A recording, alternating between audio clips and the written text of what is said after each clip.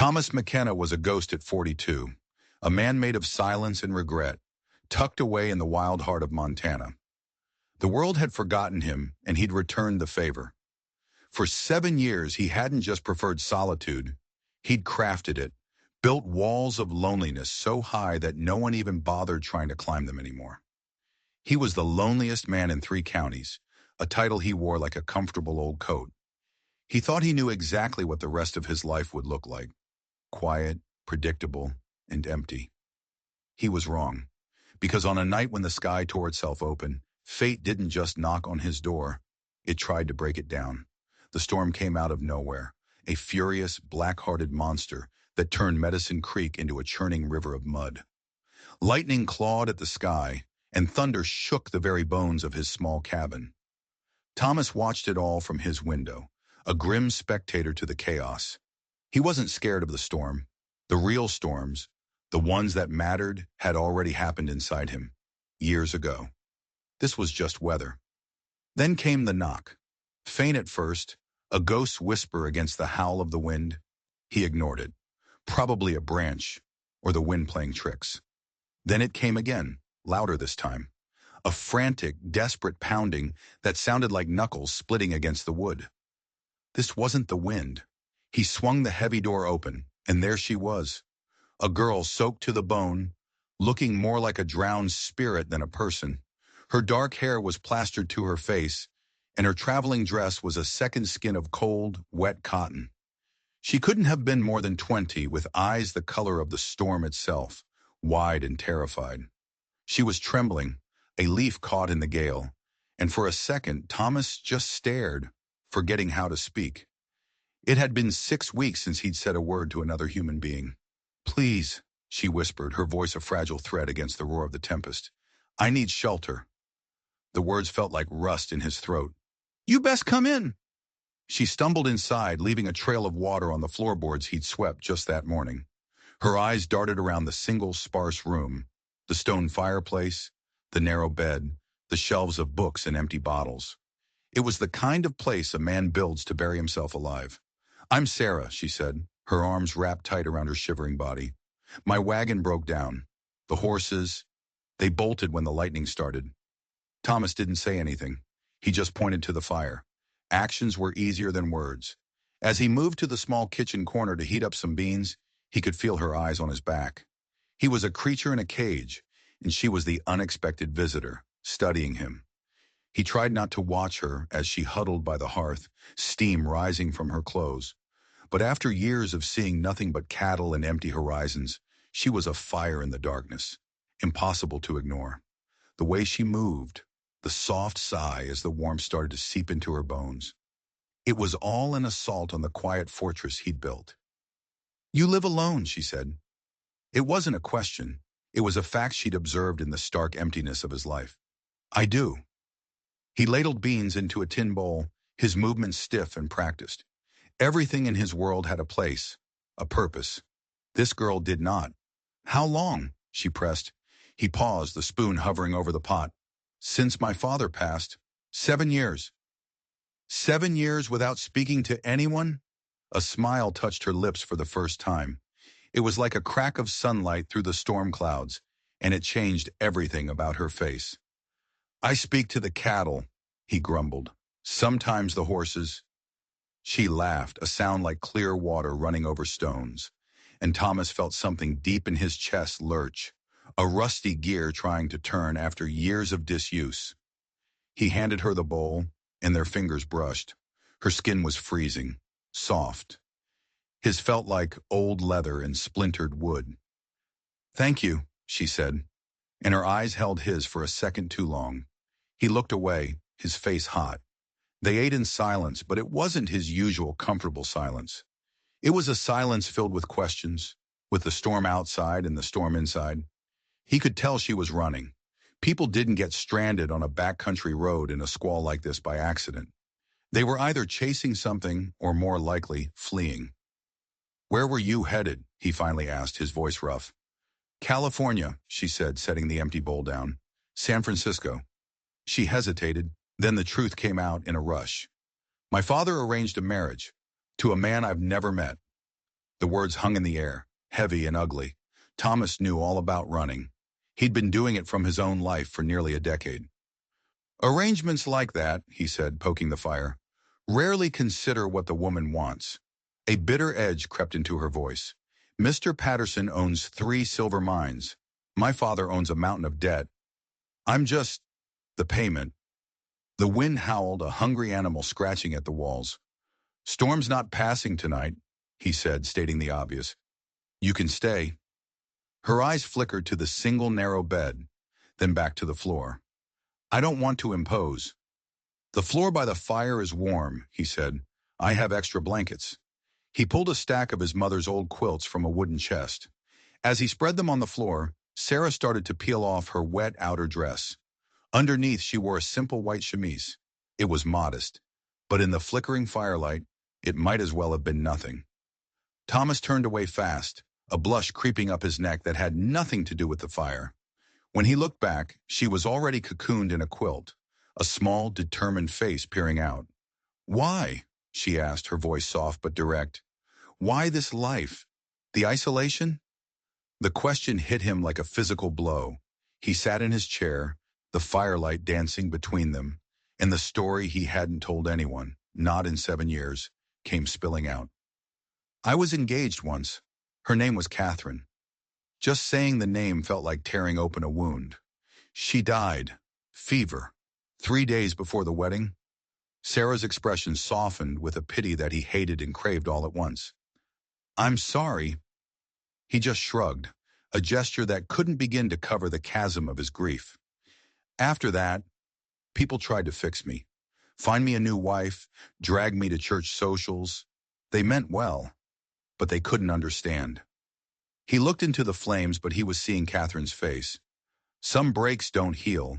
Some people are just meant to be alone. And you believe that? She whispered from her bed of quilts. That you're meant to be alone? He stared at her, this strange girl who had crashed into his life like a piece of storm wreckage. The firelight caught the gold flecks in her stormy gray eyes, and an answer he didn't even know was in him came out. I believed it this morning. The words surprised them both, hanging in the quiet cabin like smoke.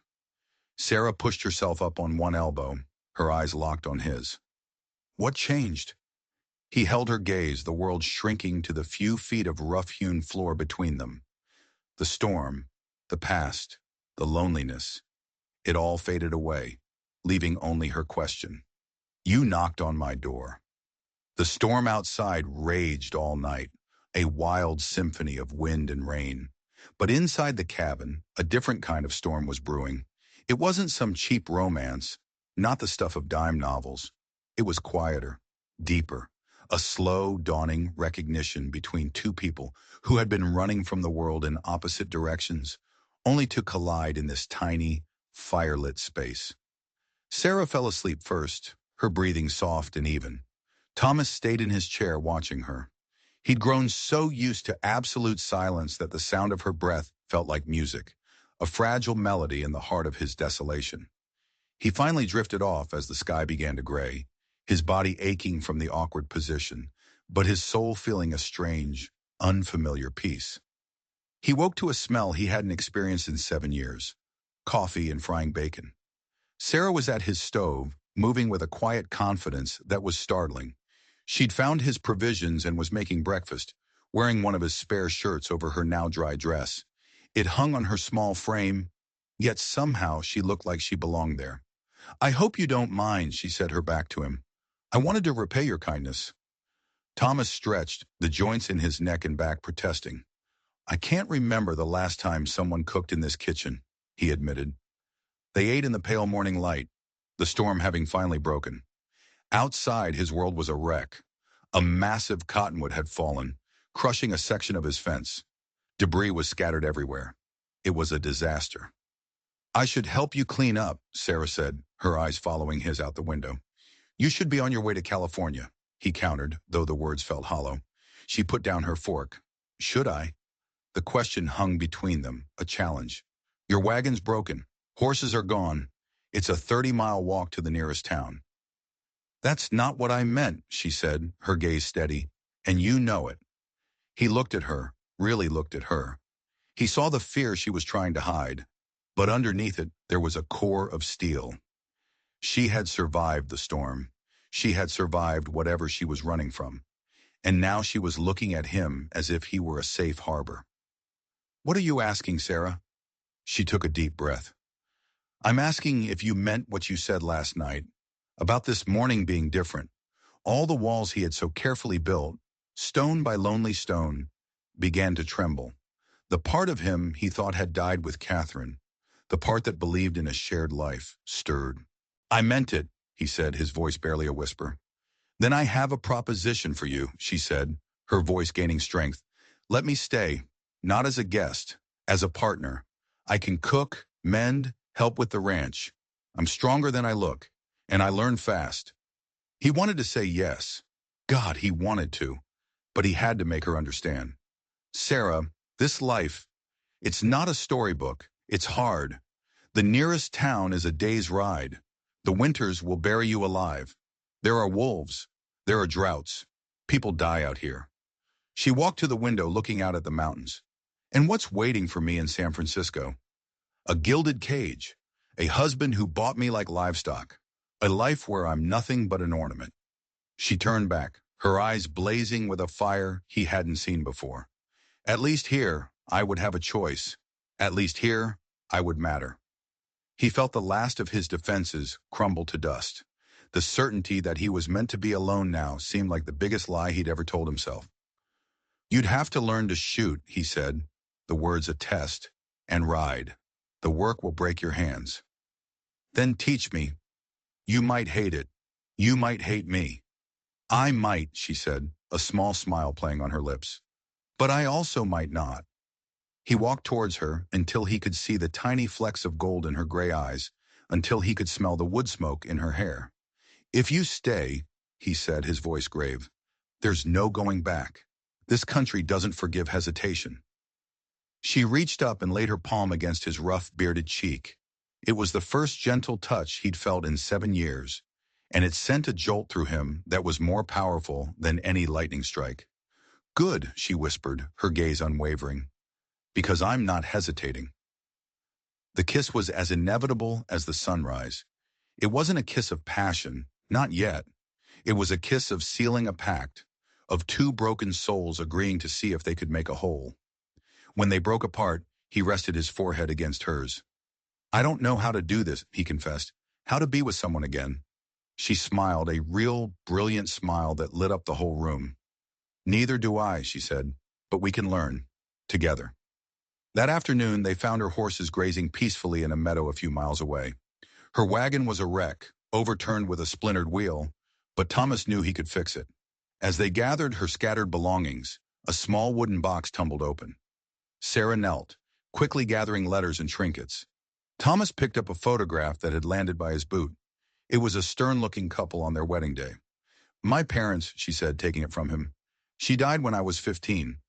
She traced the woman's face. "She would have asked if you were a good man." Thomas felt a weight in that statement. "And what would you have told her?" She looked up at him, her eyes searching his. "I would have told her that I think you are."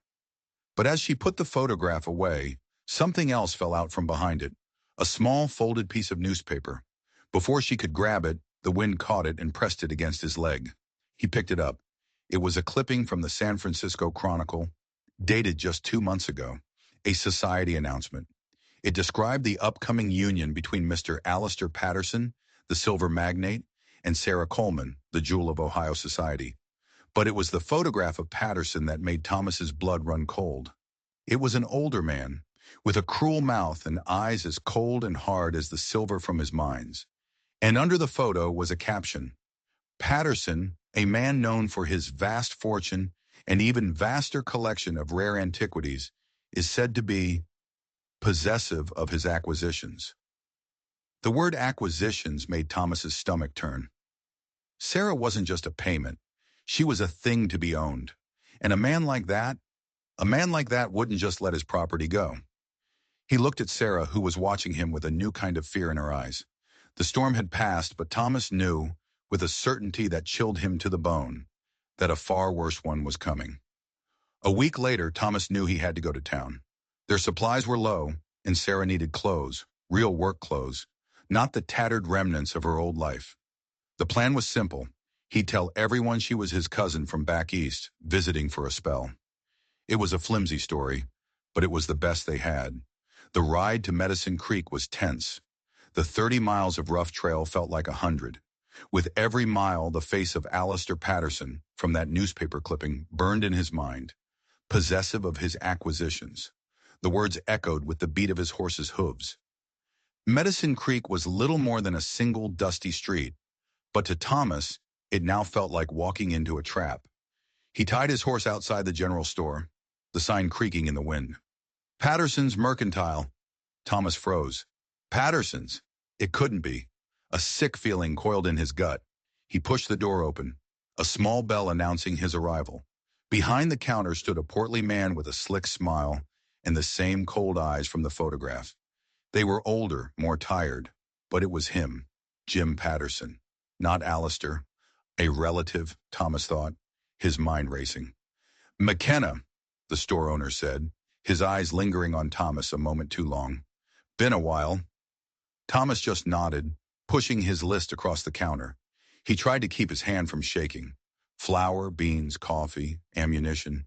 And then at the bottom, women's dress, size small, women's boots. Patterson's eyebrows shot up. A greasy grin spread across his face. Getting lonely out there, are we, McKenna? Finally decided to get yourself some company?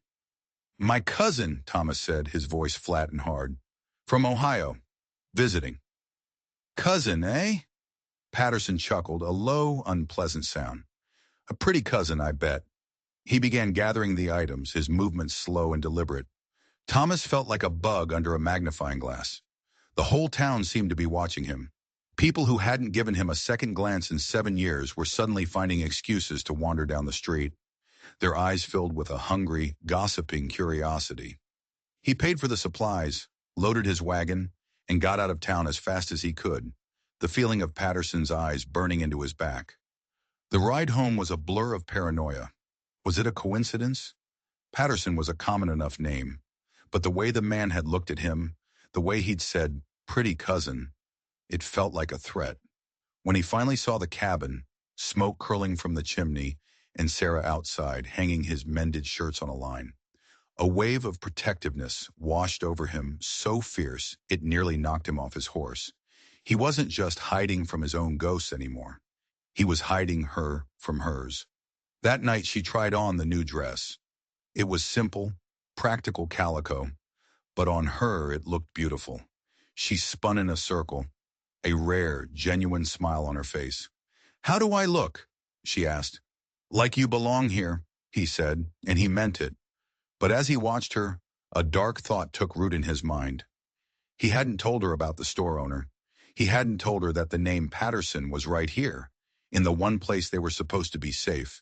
He was protecting her, yes, but he was also lying, and he had a terrible feeling that the lie was a crack in the foundation of their fragile new life, a crack that a man like Alistair Patterson could easily break wide open. The weeks turned into a month, and they fell into a rhythm that felt dangerously close to normal. Thomas taught Sarah how to shoot, and she was a natural, her hand steady, her eye true. He taught her to ride not like a lady, but like someone whose life might depend on it. She learned to mend fences, her soft hands growing calloused and strong. She learned to read the sky, to predict the weather from the shape of the clouds and the direction of the wind. In the evenings, they would talk by the fire, and he learned about her. She wasn't just a girl running from a wedding. She was brilliant, well-read, with a fire in her that her polite Ohio upbringing had tried and failed to extinguish. She believed women should vote, that books could change the world, that kindness was a form of strength, and piece by piece the lonely man named Thomas McKenna started to disappear, replaced by someone he barely recognized. But the shadow of Patterson was always there. Thomas found himself scanning the horizon constantly, his rifle never far from his reach. Every snapped twig, every distant coyote howl, sent a jolt of anxiety through him. He was living on a knife's edge, torn between the quiet joy he was finding with Sarah and the terrifying fear of what was coming for her. He knew he had to tell her about the store owner, but the words would never come. How could he shatter this fragile peace? How could he put that look of terror back in her eyes? So he stayed silent, and the secret festered between them. The breaking point came with the wolves. They'd been hearing them for weeks, a growing pack, bolder than usual. One afternoon, Thomas was checking on a calf in a pasture far from the cabin. He was concentrating on the animal when a sixth sense, honed by years of solitude, screamed at him. He looked up. 3 of them, huge gray specters slipping out of the tree line. They weren't just curious. They were hunting. The calf was too weak to run. He was too far from the cabin to call for help. He slowly raised his rifle, his mind calculating angles and odds. He might get 1, maybe 2, but the 3rd would be on him before he could reload. This was it. This was how it ended. Then he heard it, the thunder of hoofbeats. It was Sarah riding like a demon, her hair flying behind her. She was holding his spare rifle, her face a mask of pure, cold fury. She didn't slow down. She leaped from the horse while it was still moving, landing in a crouch, the rifle already at her shoulder. She didn't hesitate. She fired. The sound cracked through the valley. The lead wolf crumpled to the ground. The other 2, stunned by the sudden, violent turn of events, vanished back into the trees. Silence. The air smelled of gunpowder and fear. Thomas was breathing hard, his hands shaking. He looked at Sarah. She was calmly reloading the rifle, her movements efficient and practiced. "Where did you learn to shoot like that?" he asked, his voice hoarse. She looked up, and for the first time, he saw not a hint of fear in her eyes. Only a chilling resolve. "My father insisted," she said, her voice flat. "He said a woman needed to know how to handle a firearm, especially a woman who was going to be married to a man like Alistair Patterson." The name hit him like a punch to the gut. "What do you mean? A man like Alistair Patterson?" She finally looked at him, and the walls she had built around her own secrets came tumbling down. He wasn't just a rich man, Thomas. He was dangerous. He didn't collect antiquities. He collected people. He owned judges, sheriffs. Anyone who got in his way had a habit of disappearing. A horrifying realization dawned on Thomas. The newspaper clipping, possessive of his acquisitions. "Sarah, why were you really running?" Her eyes filled with tears, but her voice didn't waver. "It wasn't just the marriage. A week before I was set to leave, a journalist who was writing an expose on Patterson's business dealings was found dead. They called it an accident. But I saw Alistair's carriage near the man's office that night. He knew I saw him. The look on his face. He wasn't arranging a marriage anymore. He was acquiring the only witness who could tie him to a murder." Now Thomas understood. This wasn't about a broken engagement. This was about survival. Patterson wouldn't send a letter. He would send men. Men with guns. And then the final, terrible piece clicked into place. "The store owner in Medicine Creek," Thomas said, his voice a dead whisper. "His name is Jim Patterson." Sarah's face went white. The rifle slipped from her fingers. The wolves had been the least of their worries. They weren't hiding from a ghost in San Francisco. The monster was right here, on their doorstep, and he knew they were here. The world shrank to the size of the cabin. The vast Montana wilderness that had once been Thomas's sanctuary now felt like a cage, a trap slowly closing around them. Every shadow seemed to hold a threat. Every gust of wind sounded like approaching footsteps. The name Patterson was a poison that had seeped into everything, tainting their fragile peace. Sarah was a different person. The softness was gone, replaced by a hyper-vigilant tension. She cleaned the rifles daily, her hands moving with a grim purpose. She never let the fire die, as if its warmth could ward off the cold dread that had settled over them. "He'll send someone," she said one night, her voice a hollow echo in the quiet room. "Not a sheriff with a warrant, a man who gets paid to make problems disappear." Thomas felt a rage building inside him, a cold, hard anger he hadn't felt in years. It was directed at Patterson, at the world that had hurt this woman, but also at himself. For 7 years he had done nothing but run from a ghost.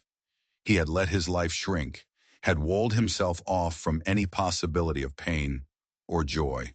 And now, this woman, who had faced down a monster and chosen to fight, had crashed into his life, and shown him what a coward he had been. He would not run anymore. "Let him come," Thomas said, his voice a low growl. He began boarding up the smaller windows, reinforcing the door. He took inventory of his ammunition. He was no longer just a rancher. He was a man defending his home, defending his... What was she to him? It didn't matter. She was his, to protect. Days bled into a week. The waiting was a torture worse than any fight. They barely slept, taking turns watching the horizon. The easy comfort they had started to build was gone, replaced by the taut silence of soldiers waiting for a battle. One morning, as Thomas was on watch, he saw it. A rider, a single man on a dark horse, moving slowly, deliberately up the trail towards his ranch. He wasn't a neighbor. He wasn't lost. He was looking for something. Thomas ducked back inside, his heart pounding. "We have a visitor," he said, his voice grim. Sarah grabbed a rifle, her face pale but resolute. They watched through a crack in the door as the man approached. He was dressed like a city man, a detective, or a bounty hunter. He stopped his horse 100 yards from the cabin, his eyes scanning the property with a professional coldness. He saw the new fence, the smoke from the chimney, the laundry line. He saw the signs of life, the signs of her. The man didn't approach the cabin. He just sat on his horse watching for what felt like an eternity. Then he turned his horse and rode away. It wasn't a retreat. It was a confirmation. He had found them. The scout. The man who would go back and tell Patterson where his property was hiding. The fragile hope they'd clung to, the idea that they might be safe here, was shattered. They were exposed. That night, the first snow of the season began to fall. Fat, wet flakes that quickly covered the world in a blanket of white. It was beautiful, but it was also a curse. The snow would hide their tracks, but it would also trap them. "He'll wait," Sarah whispered, watching the snow pile up against the windows. "He'll wait until the snow is too deep for us to run. He'll trap us in here and wait for winter to do his work for him, or he'll come when he knows we can't get away." Thomas looked at her, huddled by the fire, the flickering light casting long, dancing shadows on the walls. He saw the terror in her eyes, but underneath it, he saw that core of steel, that unbreakable will that had carried her this far. And in that moment, something shifted in him. The fear was still there, but it was no longer in charge. The 7 years of loneliness, of hiding from the world, had forged him into something hard and resilient, just like the land itself. He had survived the grief that should have broken him. He had survived winters that killed other, stronger men. He was no longer a ghost. He was the mountain. He was the storm. And he would be damned if he let some silver-rich bastard from the city take the only thing that had ever made him feel alive again. He walked over to her and took her hand. Her fingers were cold, but she gripped his with a surprising strength. "You said you wanted a partner," he said, his voice low and steady. "This life is hard, isolated. People die out here. You were right." He paused, meeting her gaze. "But we are not other people. We will not die here." She searched his face, looking for a crack in his resolve, but found none. "What are we going to do?" she asked. He looked out the window at the swirling snow, at the world being erased. "We don't wait for him to bring the fight to us," he said, a grim smile touching his lips for the first time in days. "We bring it to him." The plan was insane. It was desperate. It was the only thing they had. They couldn't outrun Patterson's money, and they couldn't just wait for his hired guns to show up. Their only chance was to turn the tables, to use the wilderness that was meant to be their prison as their greatest weapon. "He thinks we're trapped," Thomas said, pacing the small cabin like a caged animal. "He thinks we're scared farmers. He doesn't know this land. I do. Every rock, every stream, every shadow. I was born in this valley. I'll die in this valley. But he won't." The idea was to abandon the cabin, to make it look like they had fled in a panic into the blizzard. They would leave a false trail, heading south towards the impassable mountains. But in reality, they would double back, using routes only Thomas knew, and take shelter in an old trapper's lean-to hidden deep in the woods, a place not on any map. From there, they would watch, and they would wait. They worked through the night, a frantic energy propelling them. They packed only the essentials: ammunition, dried meat, blankets, medicine. Sarah moved with a silent, focused intensity, her fear channeled into purpose. As she gathered her few meager belongings, the newspaper clipping about her engagement to Patterson fell to the floor. She stared at it for a long moment. Then, with a look of cold determination, she tossed it into the fire. They watched it curl and blacken, the face of Alistair Patterson turning to ash. It was a silent vow. He would not have her. He would not win.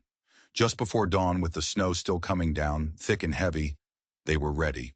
Thomas took one last look around the cabin, the place where he had intended to quietly fade away. It had been his tomb, and then, because of the girl sleeping by his fire, it had become his home. Now he was leaving it behind to save it. He set the scene carefully. He knocked over a chair, left a half-eaten meal on the table, and left the door slightly ajar, as if they had fled in a hurry.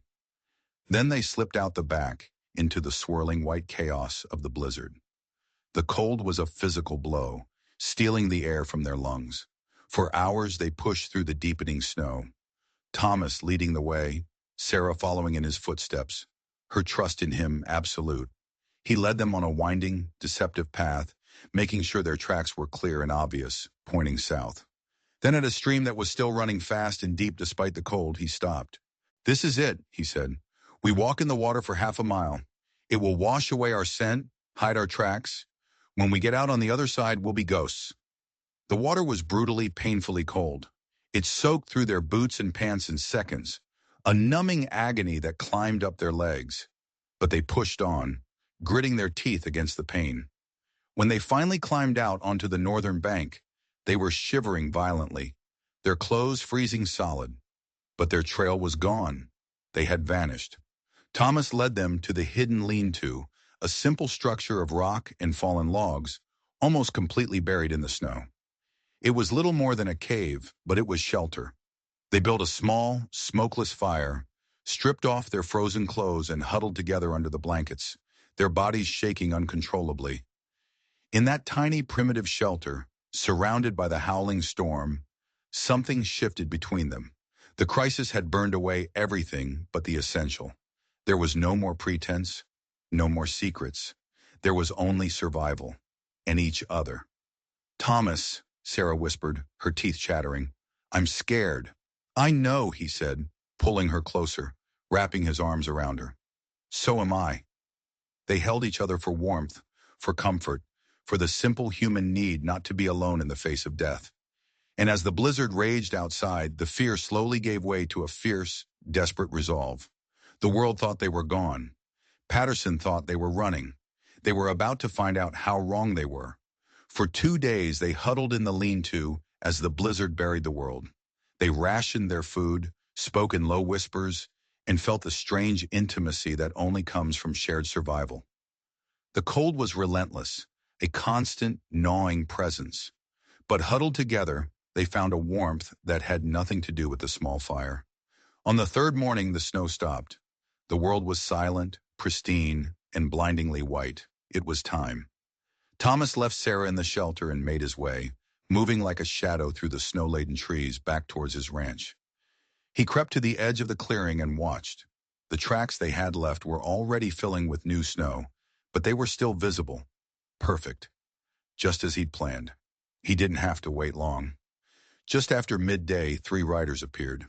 The man from before, the scout, was leading 2 others. These were not city men. They were hard cases, gunslingers, the kind of men Patterson's money could buy. They moved with a predatory confidence, their eyes scanning the landscape. They saw the tracks leading south, and a cruel smile touched the leader's lips. They followed the trail for a few hundred yards, then stopped. The leader dismounted, studied the tracks, and then laughed, a harsh, ugly sound that echoed in the silent woods. He pointed south towards the mountains and said something to the other 2. They all laughed. They thought Thomas and Sarah were fools, running into an icy tomb. They dismounted, tethered their horses, and walked brazenly towards the cabin, rifles held loosely in their hands. They thought the hunt was already over. Thomas's heart hammered against his ribs. This was the moment. He slipped back through the trees, his movements silent and sure. He met Sarah at a prearranged spot. "They're here," he whispered. "3 of them. They think we ran south. They're in the cabin." Sarah's face was a pale oval in the winter gloom, her eyes huge. She nodded, clutching her rifle. "What now?" she asked. "Now," Thomas said, a cold fire in his eyes, "we hunt." The hunters had become the hunted. They circled around the clearing, using the deep snow and thick woods for cover, until they were positioned on opposite sides of the cabin. Thomas had the advantage. This was his land. He knew the wind, the way sound traveled, the places a man could hide. The men inside the cabin were interlopers, arrogant and careless. They had made a fatal mistake. They had underestimated their prey. Inside the cabin, the men were making themselves at home. Thomas could see them through the window, drinking his whiskey, eating his food. They were laughing, confident, waiting for the blizzard to fully pass before riding back to collect their bounty. The rage inside Thomas was a white-hot furnace. They were defiling his home, the sanctuary he was fighting to protect. He looked across the clearing and saw Sarah, a small, determined figure hidden in the shadows of a pine grove. She saw him and gave a slight nod. They were ready. Thomas took a deep breath, the frigid air burning his lungs. He raised his rifle, the cold metal of familiar comfort in his hands. He took aim at the man standing in the doorway, silhouetted against the firelight. The world narrowed to the space between his eye and the rifle sight. The 7 years of silence, of loneliness, of running from the world, it had all led to this single explosive moment. He squeezed the trigger. The shot shattered the winter silence. The man in the doorway crumpled without a sound. Before the other 2 could even react, a second shot rang out from the other side of the clearing. Sarah's shot. One of the men inside screamed, a high, thin sound of pain and surprise clutching his shoulder as he dove for cover. The third man, the scout, was faster. He kicked over the table, plunging the room into darkness, and started firing blindly out the window. But they were shooting at ghosts. Thomas and Sarah were already moving, melting back into the trees, circling to new positions. The game had changed. This wasn't a siege, it was a shell game. The cabin was no longer a fortress for the gunmen. It was their tomb. The scout was smart. Thomas had to give him that. He knew they were trapped. He barked orders at the wounded man, and they started barricading the door and windows with furniture. They were digging in, trying to wait them out. But time was on Thomas's side. Night was coming. The temperature was dropping, and they were out there, in the cold, with all the advantages. As darkness fell, a new kind of war began, a war of nerves. Thomas and Sarah would fire a single shot from one direction, then disappear, only to fire again from a completely different spot minutes later. They were everywhere and nowhere. The men inside, disoriented and terrified, wasted their ammunition, firing wildly into the dark woods. Hours passed. The wounded man's moans grew weaker. The scouts' frantic shouting became less frequent. They were cold, they were scared, and one of them was bleeding out. Around midnight, the cabin door creaked open. The scout was making a run for it. He burst out of the cabin, firing wildly towards the last place he'd heard a shot, and sprinted for the trees where their horses were tied. It was a desperate, foolish move. Thomas had been waiting for it. He didn't even have to aim. He fired toward the sound. The man screamed and fell, clutching his leg. He tried to crawl, a pathetic, wounded animal, but he didn't get far. Silence fell once more, deeper and more profound than before. It was over. Thomas and Sarah approached the cabin cautiously, rifles ready. The wounded man inside had bled out. The scout was still alive, writhing in the snow, a shattered leg his reward for underestimating them. He looked up at Thomas, his face a mask of pain and hatred. "Patterson will send more," he spat, his voice a ragged whisper. "He'll never stop." "Let him," Thomas said, his voice as cold as the winter night. "We'll be waiting." They tied the man up and left him for whatever justice the coming dawn might bring. They didn't go back into the cabin. Not yet. The smell of blood and death was too strong. Instead, they returned to their small, hidden shelter. They built up the fire, and for the first time in days, they felt a sliver of safety. They had won. They had faced the monster and survived. But the scout's words echoed in the small space. He'll never stop.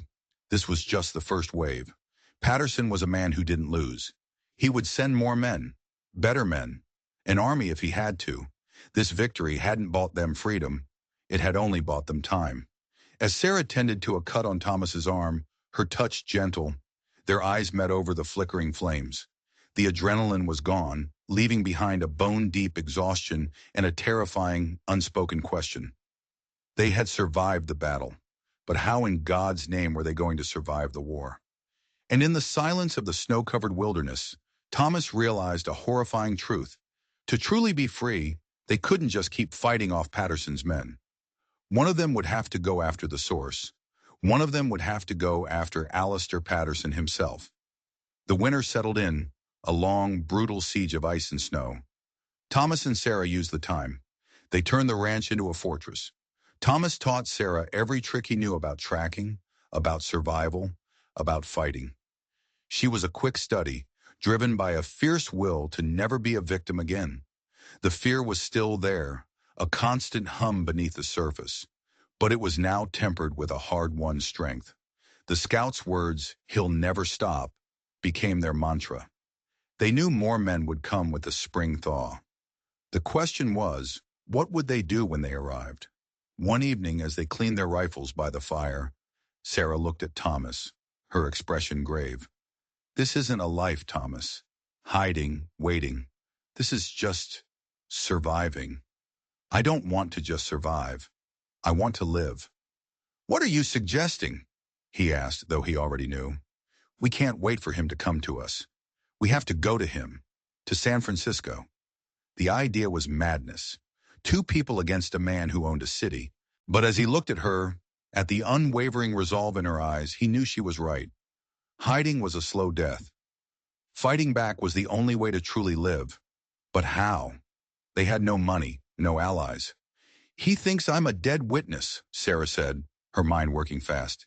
"He doesn't know about the journalist's records. Before he was killed, he told me he kept a ledger, a detailed account of all of Patterson's crimes. He hid it. If we could find that ledger—" It was a long shot, a needle in a haystack guarded by dragons. But it was a chance, a flicker of hope in a world of darkness. "All right," Thomas said, the decision settling in his soul. "We go to San Francisco." The plan was audacious. They would leave the ranch, making it look as though they had finally given up and fled for good. They would travel under assumed names, taking a roundabout route to the city. Once there, they would have to find the dead journalist's office, find the hidden ledger, and get it to the one person Patterson couldn't buy, the U.S. Marshals. As spring began to melt the snow, they made their preparations. They sold off most of the cattle to a neighboring rancher, a man Thomas trusted, giving them a small stash of cash for the journey. They packed light, taking only what they could carry. Leaving the ranch was the hardest thing Thomas had ever done.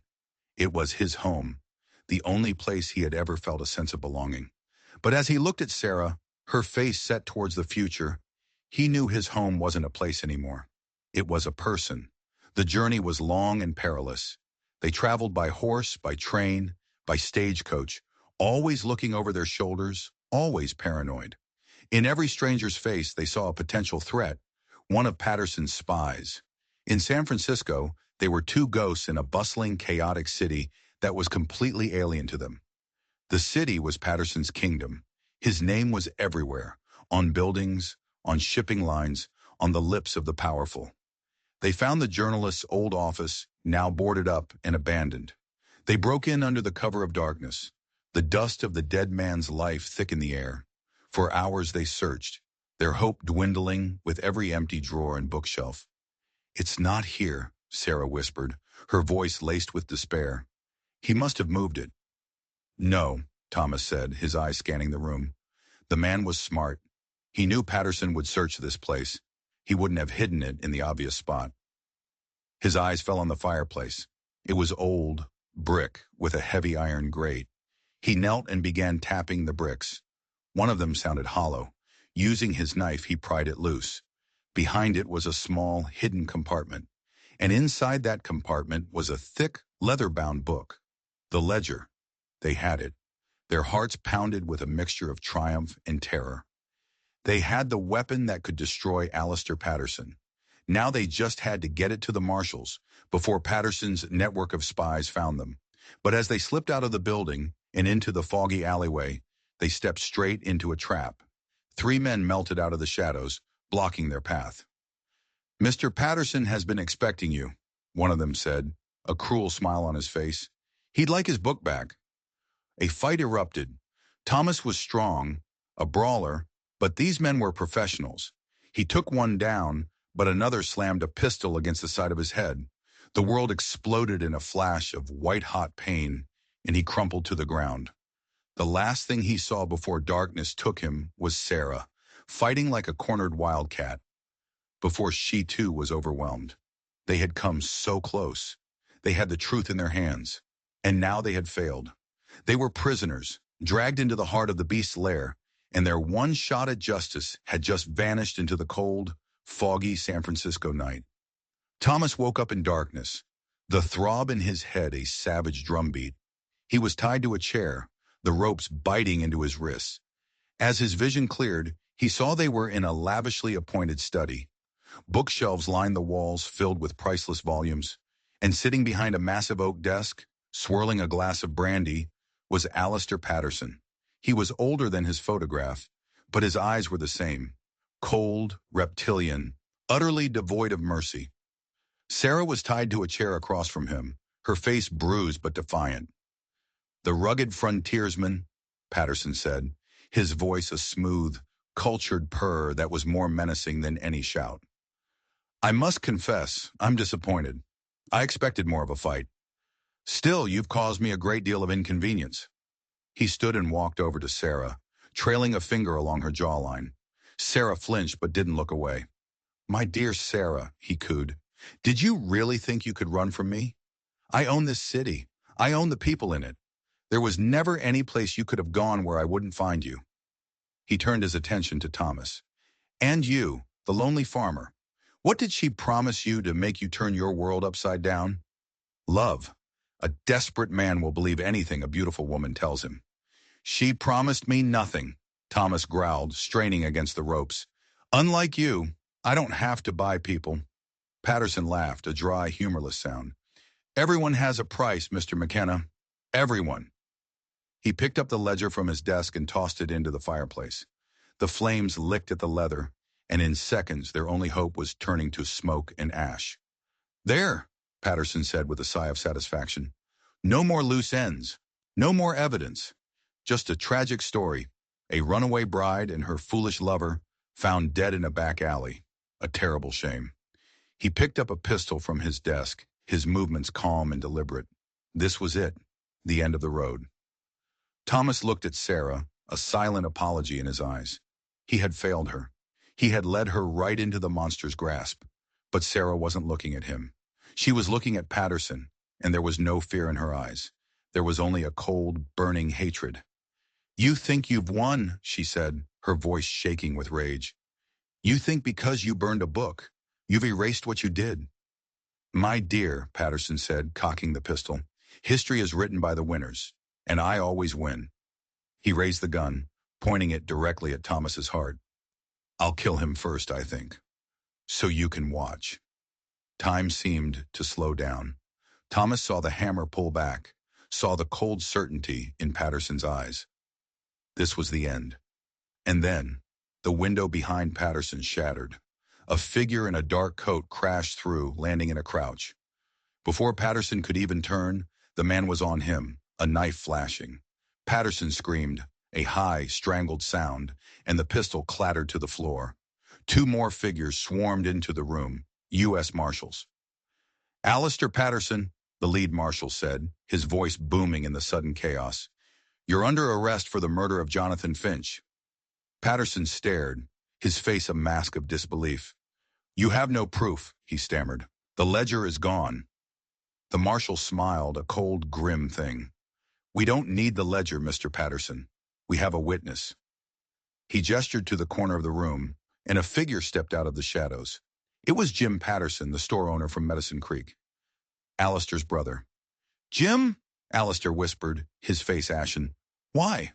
"You went too far, Allie," Jim said, his voice heavy with regret. Killing that journalist, trying to hunt down this girl. I couldn't be a part of it anymore. I sent word to the marshals the day McKenna came into my store. I've been helping them build a case ever since. It was over. Alistair Patterson, the untouchable king of San Francisco, was dragged away in chains, his empire crumbling around him. As a marshal cut Thomas and Sarah free, they could only stare at each other, stunned. They had won. They had actually won. They walked out of that mansion and into the dawn, the cool morning air feeling like the first breath of a new life. They had faced the monster in his lair and, with help from the most unexpected of places, they had brought him down. The war was finally, truly over. Standing on that San Francisco street, a world away from the quiet cabin where they had met, Thomas took Sarah's hand. "What now?" he asked. She looked up at him, her gray eyes clear and bright. "Now," she said with a smile, "we go home." The ride back to Montana was different. The fear was gone, replaced by a quiet, profound sense of peace. They weren't running anymore. They were returning. When they crested the final hill and saw the small cabin nestled in the valley below, smoke curling from its chimney, it felt like coming home in a way Thomas had never experienced before.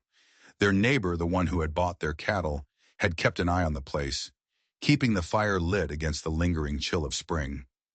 As they dismounted, Sarah walked to the porch and ran a hand along the rough-hewn wood of the doorframe. "It's real," she whispered. "We're safe." That night they sat by the fire, the silence between them comfortable and deep. The horrors of San Francisco felt like a distant nightmare. Here, in the quiet heart of the wilderness, they had found their sanctuary again. "You know," Thomas said, breaking the silence, "we never really talked about it. What we are." Sarah looked at him, a soft smile on her lips. "I think we're partners," she said, "in every way that matters." He reached across the space between them and took her hand, his calloused fingers lacing through hers. "I think we're more than that." The loneliness he had carried for 7 years was gone. The grief for Catherine was still there, a scar on his soul, but it no longer defined him. It was a part of his past, not the entirety of his future. Sarah had shown him that. She had knocked on his door and brought the world, with all its danger and all its beauty, crashing back into his life, and he was eternally grateful. Years passed. The story of the lonely rancher and the brave woman who brought down a San Francisco tycoon became a local legend, a tale told around campfires. Thomas and Sarah married, not with a preacher in a church, but with a quiet vow spoken under the vast Montana sky. They had children, a son with his father's quiet strength and a daughter with her mother's fiery spirit. The small cabin expanded, a new room added with each child, until it was a sprawling, happy, chaotic home, filled with laughter and love. The ranch thrived. Thomas McKenna was no longer the loneliest man in 3 counties. He was a husband, a father, a man who had found his place in the world, not by hiding from it, but by fighting for it. One evening, many years later, Thomas sat on the porch watching the sunset paint the sky in shades of orange and purple. Sarah came and sat beside him, leaning her head on his shoulder as she had 1,000 times before. Their children, now grown, were playing with their own children in the yard. The sounds of their laughter were the sweetest music he had ever heard. "Do you ever think about it?" Sarah asked quietly. "That night? The storm?" Thomas smiled, pulling her closer. "Every day," he said. "I think about the man I was, scared and alone, thinking the world was over. And then you knocked." "You opened the door," she replied, her voice soft. "That was the brave part." He looked out at the family they had built, at the life they had forged from chaos and fear. The storm had been terrifying. It had almost destroyed them. But it had also brought them the greatest gift of their lives. It had brought them each other. The story of Thomas and Sarah is a powerful reminder that sometimes the most terrifying storms bring the most unexpected gifts. They thought they were trapped by their circumstances, but they found the strength in each other to fight back and build a life they chose. It makes you wonder about the doors in your own life. When fate knocks, do you hide, or do you find the courage to open it? Thanks for watching. If you enjoyed this story of survival and second chances, Be sure to hit that subscribe button and ring the bell so you never miss a new tale. And let me know in the comments below. What would you have done if you were Thomas? Would you have opened the door?